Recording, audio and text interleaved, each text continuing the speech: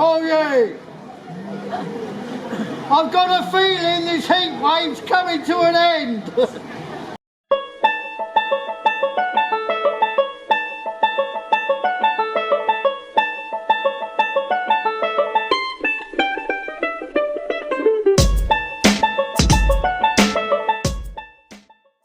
Good morning. So this morning we have arrived in the city of Wells. It's famous for its beautiful cathedral. It's a beautiful old city. It's very historic. Yeah, but it's also known for Hot Fuzz. Hot Fuzz fans. So any Hot Fuzz, I can't say it. Any Hot Fuzz fans, it was filmed in Wells, and we're going to take you around today. So see if you can spot any scenes out of the movie. Yarp. Yarp.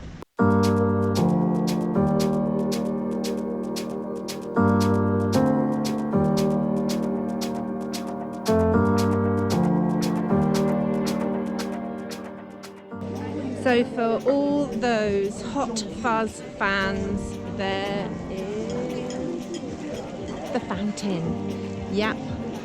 It's really cool actually walking around and seeing everything that's going on here.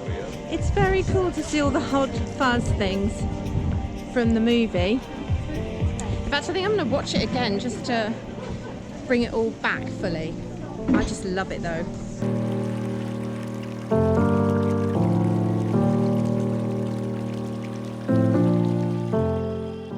And our award-winning market is here 2 days every week for everything local that you see.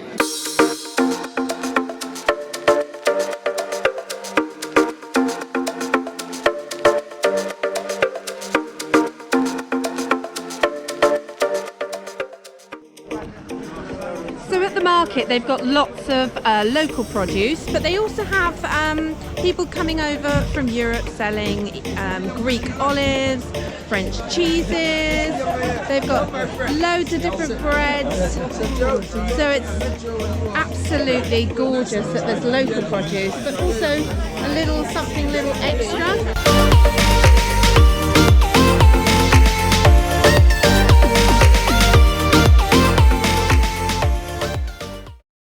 So the square in Wells where they have this market is a really beautiful, picturesque market. It's got a cobblestone floor and there's loads of beautiful flower tubs and pubs and alfresco dining areas, as well as your Costa, your Ask Italian and your various other normal restaurants.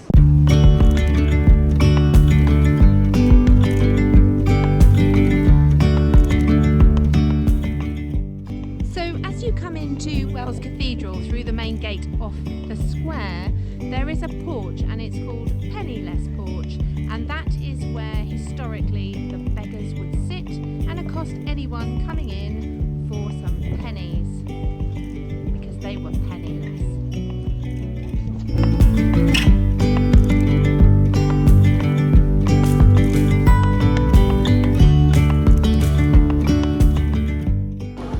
Or you could visit Vicars Close, Europe's oldest street.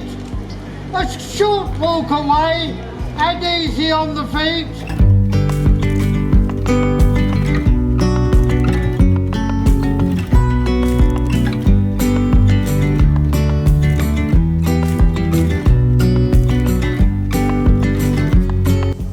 So we wandered behind the cathedral down to this beautiful street, and I have never seen buildings that look like this. Absolutely stunning. And this road is actually where the senior people from the cathedral used to live, and indeed even today people from the cathedral and that work in the cathedral still come and live in these buildings. Absolutely beautiful.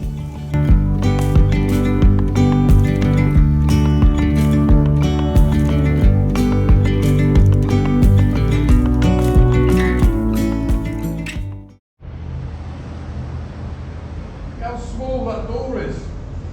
Watch Red, love. And to the Bishop's Palace, you should make your way. You could take the kids along. They'll be thrilled to bits, especially if they're beginning to get on your nerves. Off the square, you come into the Bishop's Palace, and the gate that you walk through is absolutely phenomenal. It's so beautifully structured, and then you come into a courtyard garden, and then there is a moat all the way round the palace. Have a look at this.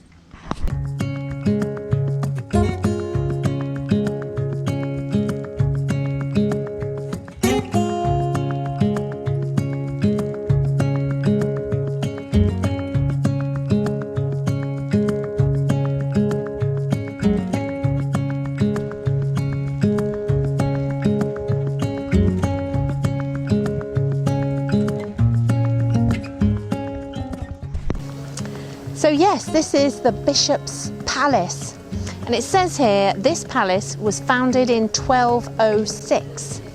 It's been the Bishop's residence for more than 800 years. The great medieval bishops, Jocelyn Burnell, Ralph of Shrewsbury, that's near where our house is, and Beckington, developed the palace to the city's ancient wells. It says here that for centuries the water flowing from these wells have shaped the landscape. In fact, as you walk through town, there is actually free flowing water in gullies, and apparently that's why this city is called Wells.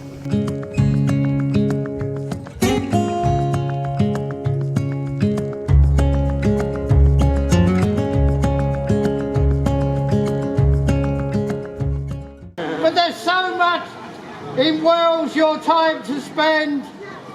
Today you can visit our cathedral, now in promenade form. So we're stood outside Wells Cathedral behind us, and it's amazing to think that this was built in the 11th century, and to see the detail. It took them over 100 years to build this beautiful building. Amazing. Amazing. It is stunning, beautiful building. Seriously.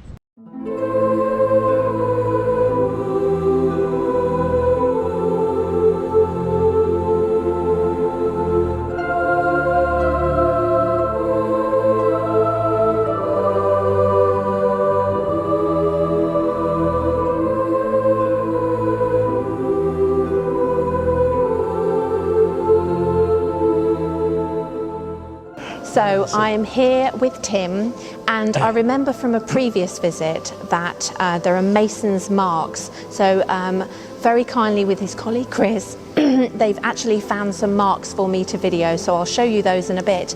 But I've just learned something very interesting about the term Freemasons. Tim, tell me more. Yeah, well, the guilds were very, very tight in medieval times, and there was a guild for all the great skills, you know, silversmithing, blacksmithing, goldsmithing, and masonry, of course.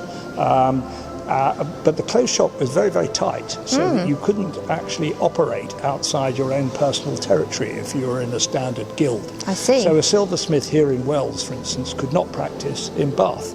Because the Bath silversmiths wouldn't let him. Very protective over their area. Very much so.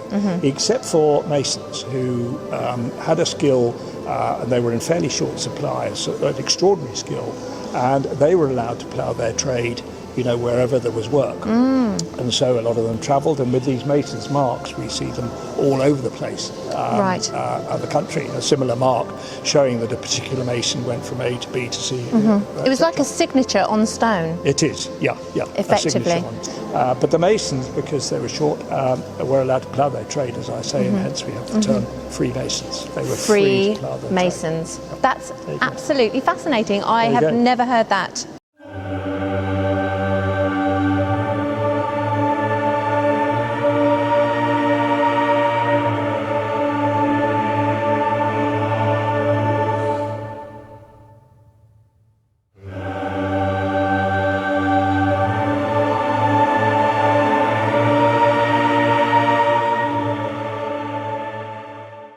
Britain's smallest city.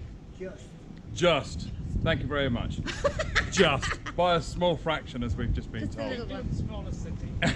Britain's smallest city is St David's in Pembrokeshire. It's England. Well, there you go. Thank you very much.